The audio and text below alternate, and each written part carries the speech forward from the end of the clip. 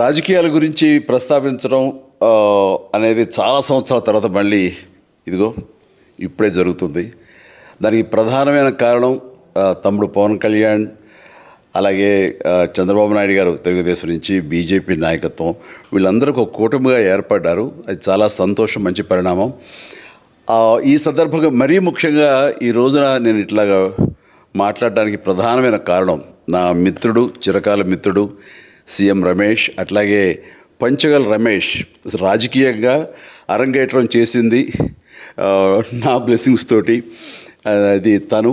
అలాంటి Panchagal Ramesh and CM Ramesh గారు వీరు నాకు కావలసిన వాళ్ళు ఇద్దరు కూడాను అనకాపల్లి కాన్స్టిట్యున్సీలో ఎంపీ క్యాండిడేట్గా, అలాగే పెందుర్తి ఎమ్మెల్యే క్యాండిడేట్గా వీరు నిలబడటం అన్నది నాకు చాలా సంతోషంగా ఉంది. ఎందుకంటే ఇద్దరు చాలా మంచి వాళ్ళే కాకుండా సమర్థవంతులు. ఇలాంటి వాళ్ళు అలాంటి కాన్స్టిట్యున్సీకి, దాని అభివృద్ధికి ఎంతగానో దోహదపడతారు అనే నమ్మకం నాకు చాలా ప్రగాఢంగా ఉంది.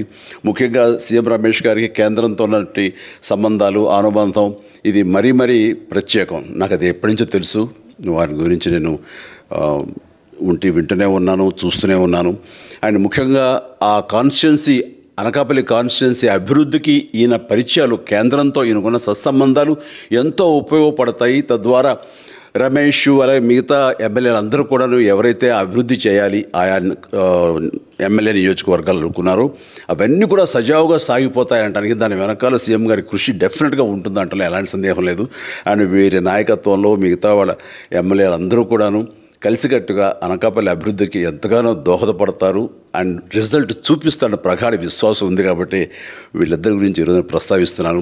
మీ అందరి ఆశీస్సులు వీళ్ళకి ఉంటాయని ప్రగాఢంగా నమ్ముతూ సెలవు తీసుకుంటున్నాను. ప్లీజ్ వారిని గెలిపించండి.